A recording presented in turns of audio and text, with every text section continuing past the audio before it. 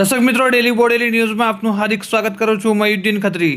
દર્શક મિત્રો, ડભોઈ બોડેલી હાઈવે પર બામરોલી ગામ નજીકમાં એક અકસ્માતની ઘટના બની છે. જી હા દર્શક મિત્રો, આ અંગે પ્રાપ્ત થતી માહિતી પ્રમાણે છોટાઉદેપુર જિલ્લાના બોડેલીના બામરોલી ગામ પાસે બસ સ્ટેન્ડ નજીકમાં જ અકસ્માત સર્જાયો છે.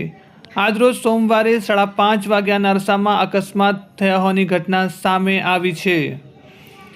ડભોઈ બોડેલી હાઈવે પર આ અકસ્માત થયો હતો. હાઈવા ટ્રકની અડફટે બાઇક આવી ગઈ હતી અને જેમાં છે તે એક વ્યક્તિનું ઘટના સ્થળ પર જ કરુણ મોત થયું છે, જ્યારે એક યુવાન છે તે ગંભીર રીતે ઇજાગ્રસ્ત બન્યો હતો.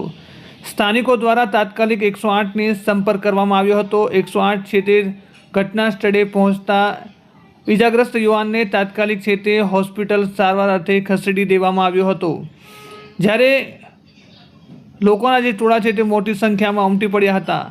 સમગ્ર ઘટનાની જાણ બોડેલી પોલીસને થતાં બોડેલી પોલીસ પણ ઘટના સ્થળે પહોંચી ગઈ હતી. અકસ્માતની જાણ થતાં લોકોના જે ટોળા છે તે મોટી સંખ્યામાં ઘટના સ્થળ પર ઉમટી પડ્યા હતા.